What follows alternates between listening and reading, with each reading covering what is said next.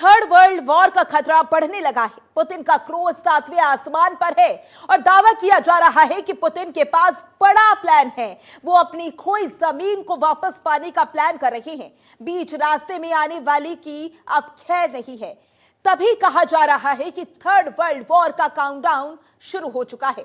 Putin साफ कह रही हैं कि हमारी जमीन वापस करो वरना इतने बम मारूंगा कि दुनिया के नक्शे से दुश्मन देश खत्म हो जाएगा। दरअसल पुतिन फिर से यूएसएसआर को जोड़ना चाहते हैं और इसके लिए पुतिन बड़ा प्लान कर रहे हैं।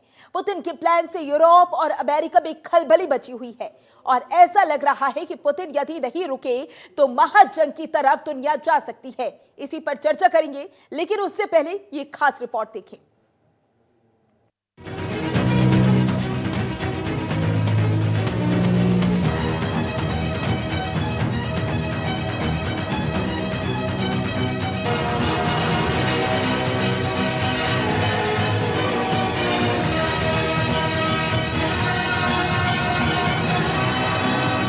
तीसरा विश्व युद्ध, बड़ा खतरा। पुतिन का क्रोध, वर्ल्ड वॉर अब पक्का। यूक्रेन के बाद यूरोप पर बम वर्षा। क्या दुनिया में तीसरा विश्व युद्ध होने वाला है? ऐसा हम नहीं कह रहे, बल्कि रूस जो चाल चल रहा है उसके बाद अमेरिका समेत पश्चिमी देशों में ठन गई है। रूस की ओर से चली जा रही चाल ने तीसरे विश्व युद्ध की संभावना को और हवा दे दी है। कहा जा रहा है कि रूस के राष्ट्रपति पुतिन ने जमीन हड़पने को लेकर पश्चिम को कड़ी चेतावनी दे दी है, जिसके बाद से ही अब तीसरे विश्व युद्ध का खतरा बढ़ता जा रहा है। मीडिया रिपोर्ट में साफ चेतावनी दी गई है कि अमेरिका और यूरोप के प्रमुखों को कथित तौर पर आगाह किया गया है कि अगर डोनाल्ड ट्रंप रूस यूक्रेन युद्ध खत्म करने के लिए कोई समझौता प्रस्ताव पेश भी करते हैं तो इससे रूस के क्षेत्रीय महत्वाकांक्षा को खत्म नहीं किया जा सकता। दावा किया जा रहा है कि कोल्ड वॉर जो सीमाएं सोवियत संघ के हाथ से चली गई थी उन्हें व्लादिमीर पुतिन वापस पाना चाहते हैं और अगर ऐसा हुआ तो तीसरे विश्व युद्ध की संभावनाएं और बढ़ जाती हैं। नाटो देशों को लेकर रिपोर्ट में क्या है?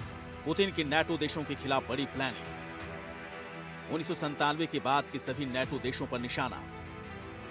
यूएसएसआर को फिर से स्थापित करने का प्लान। नाटो को तोड़ने की कवायद में पुतिन लगे हैं। ऐसे में यह साफ है कि अगर पुतिन सोवियत संघ की जमीनों को वापस पाने की कोशिश करते हैं तो ये देश उसका पूरा विरोध तो करेंगे, लेकिन यहाँ थर्ड वर्ल्ड वॉर की संभावना और तेज हो जाएगी। रूस से जंग की आशंका के बीच नाटो ने अपनी सैन्य क्षमता पर फोकस करना शुरू कर दिया है।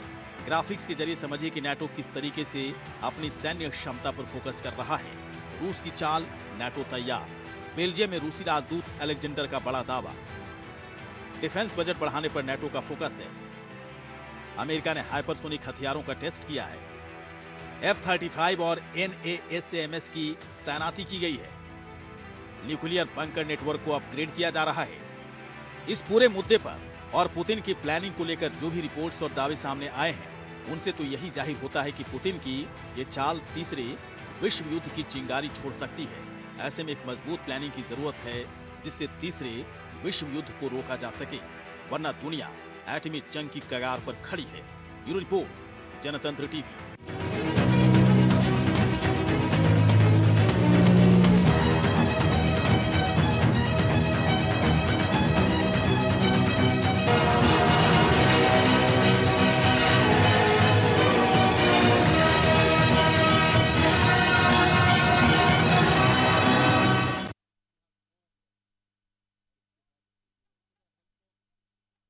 तीसरा विश्व युद्ध होगा जिसका काउंटडाउन शुरू हो गया है और पुतिन क्या प्लानिंग कर रहे हैं, ये सबसे बड़ा सवाल है। इसी पर करेंगे चर्चा। परिचय करवा देते हैं आपका मेहमान से। रिटायर्ड कर्नल टीपीएस त्यागी हमारे साथ जुड़ गए हैं। सर, बहुत स्वागत है आपका। डिफेंस एक्सपर्ट हैं ये। सर, अगर हम बात करें रूस की, तो रूस की तरफ से यूक्रेन पर ताबड़तोड़ हमले किए, वहां यूक्रेन ने भी रूस पर ताबड़तोड़ हमले किए, वो तो हम जंग देख ही रहे थे। लेकिन इस समय रूस कैसी प्लानिंग कर रहा है? क्या वाकई अपनी जमीन वापस पाने की प्लानिंग है? अगर ऐसा होता है तो क्या स्थिति बनेगी? यकीनन आप ठीक कह रही हैं माधवी जी। पहले तो आपका धन्यवाद हमें चैनल पर बुलाने के लिए। मैं ये बताना चाहता हूँ क्रम वाइज कि 2015 में ही व्लादिमीर पुतिन ने ये कह दिया था कि रूस का जो फ्रेगमेंटेशन 1990 में हुआ वो गलत था। उनकी महत्वाकांक्षा यूक्रेन तक सीमित रहने वाली नहीं है और इसके कई सारे संकेत मिल चुके हैं। मैं उन्हें आपके सामने बताता हूँ। पहला तो ये कि जो रूस के लोग हैं वो खुद ये कहने लगे हैं कि अमेरिका ने पर्ल हार्बर पर अटैक के बाद जापान के ऊपर न्यूक्लियर अटैक कर दिया। रशिया में पर्ल हार्बर से कहीं ज्यादा नुकसान हो चुका है। अगर स्टालिन रहे होते तो अब तक न्यूक्लियर अटैक कर देते। ये आवाज पुतिन की आवाम से आ रही है। दूसरी बात, पुतिन ने ऑर्शेनिक मिसाइल को दागा निप्रो शहर में यूक्रेन में और ये बता दिया कि ये वो मिसाइल है जिसे काटने की क्षमता किसी में नहीं है। उन्होंने चैलेंज भी दिया था कि मैं आप सारे दुनिया के एयर डिफेंस सिस्टम की में रख लीजिए और मैं इस मिसाइल से अटैक करता हूं, देखते हैं क्या होता है। कहने का मतलब ये कि वो मिसाइल जो 4000 डिग्री का टेम्परेचर पैदा करती है, यानी कि लोहे के पिघलने का टेम्परेचर भी 1500 डिग्री होता है, यानी कि जहां ये पड़ेगी वहां सब कुछ वाष्पीकरण हो जाएगा। ऐसी 10 ऑर्शेनिक मिसाइल उन्होंने तैनात कर दी हैं बेलारूस में, जहां उन्होंने पहले से अपने टैक्टिकल न्यूक्लियर वेपन तैनात किए हुए थे। फिर तीसरी बात, उन्होंने मोल्डोवा को फॉल्स फ्लैग ऑपरेशन करने का प्लान बनाया। मोल्डोवा एक वो जगह है जिसने ट्रांसनिस्ट्रिया, एक उसके साथ में लगा हुआ एरिया है, उसके ऊपर कब्जा करने के लिए उसके प्रेसिडेंट ने कहा। बस यही बात पुतिन ने पकड़ ली और उन्होंने कहा कि मोल्डोवा ऐसा करना चाहता है, लिहाजा मैं मोल्डोवा पे हमला करूंगा। मोल्डोवा में फौज कुछ है नहीं, लिहाजा उस हमले का मतलब क्या होगा कि मोल्डोवा से लगा हुआ रोमानिया है और रोमानिया का मतलब कि नाटो का देश, और इसका मतलब कि नाटो के ऊपर अटैक। फिर एक और संदेश उनकी, अभी हाल में ही 2 दिन पहले उन्होंने एक मिसाइल से हमला किया। वो मिसाइल यूक्रेन के लिए थी, मगर वो बजाय ब्लैक सी से यूक्रेन में जाने के या रशिया से यूक्रेन में जाने के, वो मोल्डोवा और रोमानिया के एयर स्पेस को क्रॉस करती हुई यूक्रेन में गई। यानी उन्होंने नाटो के एयर स्पेस की सैंक्टिटी को तो तोड़ ही दिया। फिर एक और बात कि जो टैक्टिकल वेपन्स इन्होंने इस्तेमाल किए, न्यूक्लियर वेपन्स हैं, वो हर फ्रंट के ऊपर तैनात किए हुए हैं, अलर्ट मोड पे हैं। उन्होंने ये भी बता दिया दुनिया को कि मेरे पास S-500 भी है, वो एयर डिफेंस सिस्टम जो सैटेलाइट को भी तबाह कर सकता है स्पेस में, जिसका कोई मुकाबला है ही नहीं। उन्होंने ये भी बता दिया कि मेरे पास स्काई फॉल मिसाइल भी है, जो जमीन से नहीं, हवा से नहीं, स्पेस से दागी जा सकती है। ये सारे इंडिकेशन ये बताते हैं कि रशिया के पुतिन एडामेंट है कि या तो मेरी खोई हुई जमीन को मुझे वापस करो।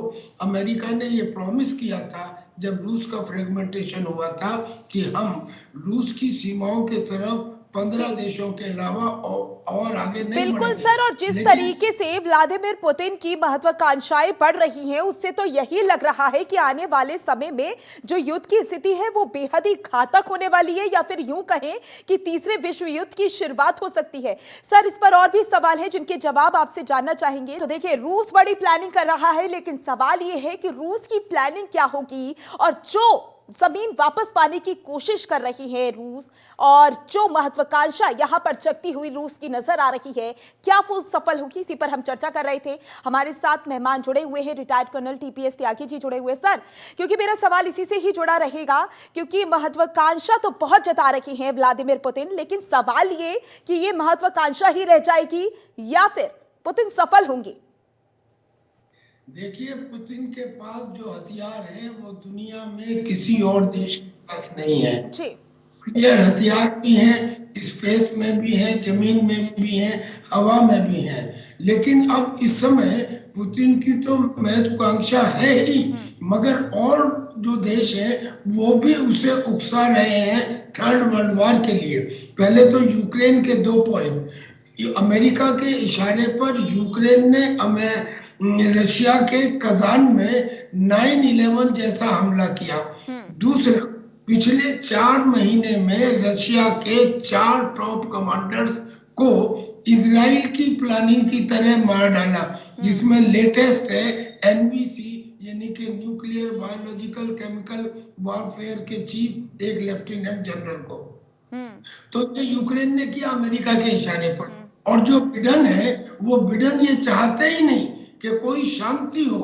अगर जेलेंस्की के बस की कुछ नहीं है तो भी वो सर्च कर रहे हैं। करीब करीब 61 बिलियन के हथियार दे चुके हैं और वो ये नहीं चाहते कि कोई क्रेडिट डोनाल्ड ट्रंप को मिल जाए, लिहाजा वो यूक्रेन को उकसा रहे हैं। और इस उकसावे में अगर पुतिन ने धैर्य दिखाया है अब तक और अगर 20 जनवरी तक ये धैर्य बना रहा तो शायद हो सकता है कि डोनाल्ड ट्रंप के आने के बाद सिचुएशन कुछ डिफरेंट हो।